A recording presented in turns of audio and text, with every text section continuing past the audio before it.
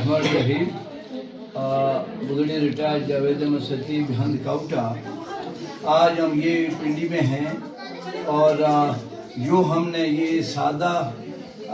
सादगी के साथ शादी ब्याह की रसूमात और मौत मर की रसूमात जो हमने बिस्मिल्लाह की थी पहले दरगाह हमने अपना थी में, और वो मैं फिर मेंशन करूँगा सरदार असलम साहब का वो सदका जारिया के तौर पर बात शुरू हुई थी। और आज अल्हम्दुलिल्लाह मेरे छोटे भाई बेटा दिखाने अब्दुल रऊफ साहब, इनकी बेटी की शादी है और शादी अजीमियन के साथ हो रही है। मोनुल्लाह साहब के बेटे हैं कलीमुल्लाह। और ये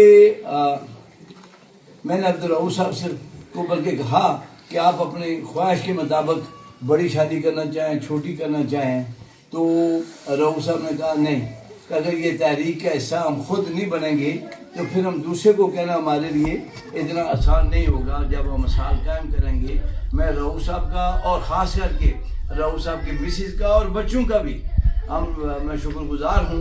ये खड़ा है छोटा यहाँ पे बच्चियों और बच्चे जो कि उन्होंने इस तारीख में बखूबी शामिल हुए, इसलिए नहीं कि ताया जी के नाराज न हो जाएं, ये नीयत नहीं थी। तो ये सादा शादी की जा सकती है कि ये अभी बारात बैठी हुई है अमानुल्लाह साहब और ये बेटा दिखाना, टोटल ये बारात है। हम अब्दुल रऊफ साहब के घर के अंदर ड्राइंग रूम में बैठे हुए हैं, सामने वो प्लेटें वगैरह लगी हुई हैं, यहाँ हम खाना वाना खाएंगे और अभी यहाँ पे निकाह की रस्म अदा हो गई है और यहाँ से फिर रुखसती हो जाएगी और कल एक साथ अमानुल्लाह साहब जो है ना वो वलीमा कर देंगे और ये शादी हो गई है। इसको मिसाल के तौर पर इसलिए पेश कर रहे हैं कि ये गरीब लोगों के लिए बहुत बड़ी मदद है और सदका जारिया होगा। आज जो ये मुंड रखने वाले हैं अमानुल्लाह साहब हैं, अब्दुल रऊफ साहब हैं, और ये क़यामत तक जो तय जाएगी ये गरीबों की मदद होगी। और सबसे बड़ा सदका जारिया ये होगा, एक तो होता है सदका जारिया को नेकी के काम करते हैं, हैंड पंप लगाया जब तक है वो स्वाब मिलता रहेगा। और ये बहुत बड़ी रिवाजात के पछड़ी की तब्दीली और तब्दीली में जो बुनियादी जो मुंड डालने वाले ये लोग हैं, ये एक बहुत बड़ा सदका जारिया होगा।